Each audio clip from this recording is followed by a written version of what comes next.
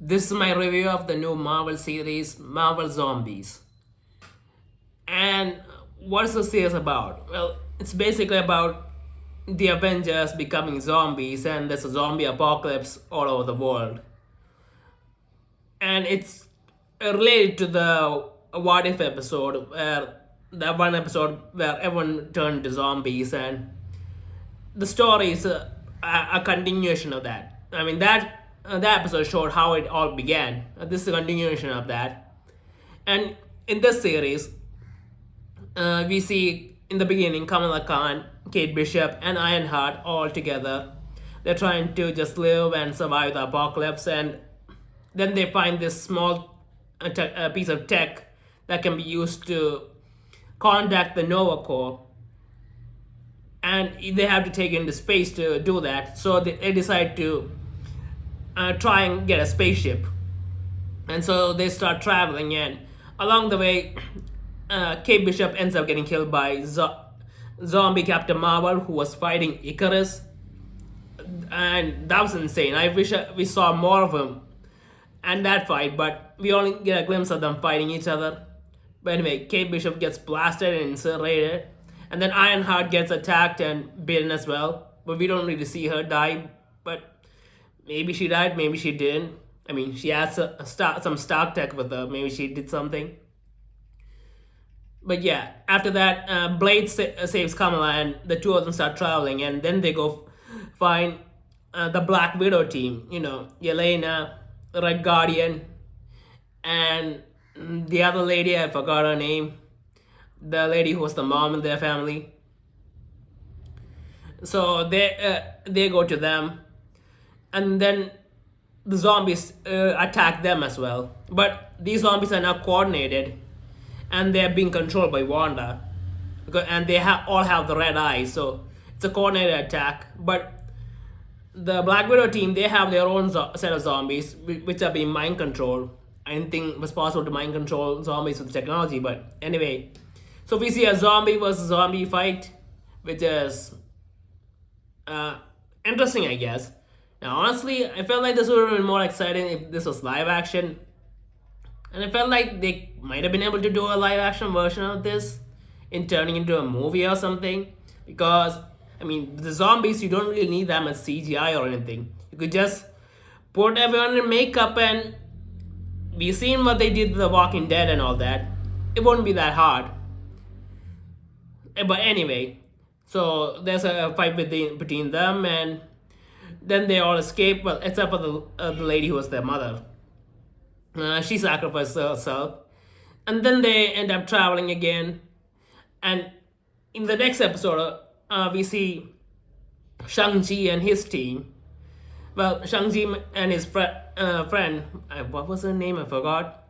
She's there. And then there's the FBI agent that's in Ant-Man. So they're all traveling together with a bunch of other people. And you get kind of a desert type of outland, Badlands. I don't know what to call it. It's a desert type of theme in the beginning. They're just traveling, and it kind of gives out some Mad Max vibes.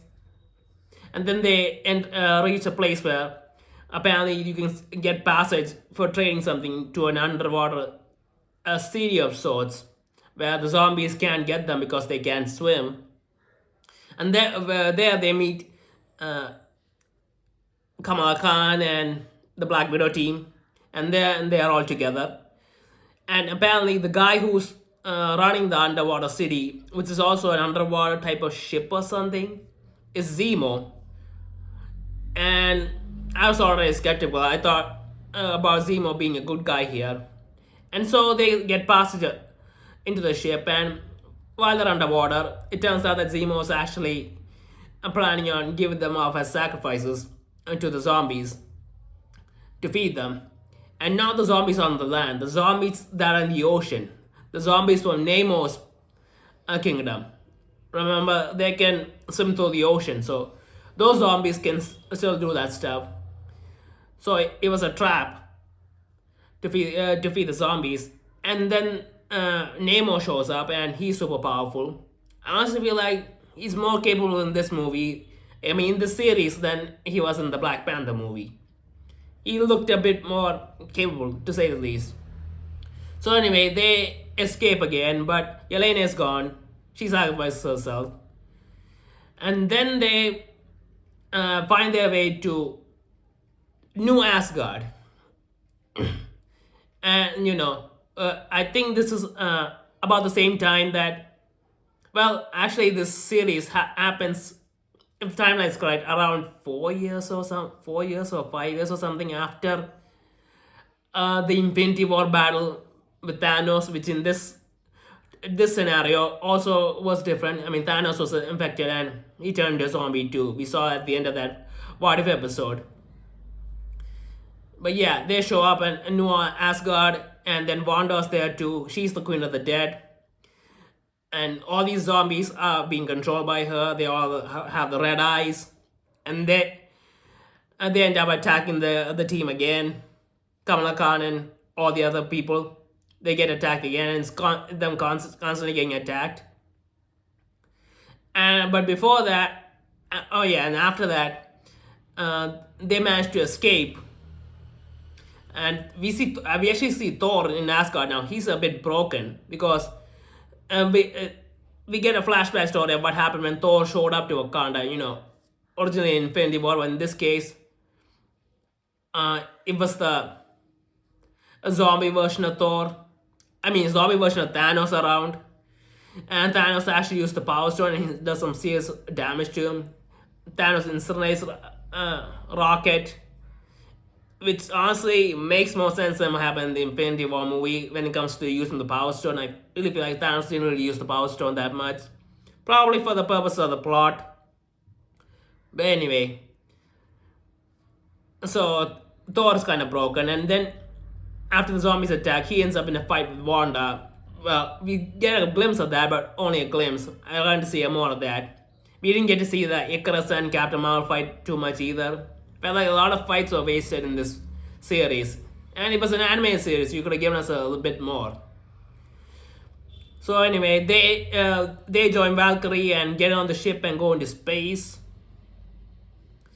to contact the Nova Corps, but it turns out that Nova Corps actually was there.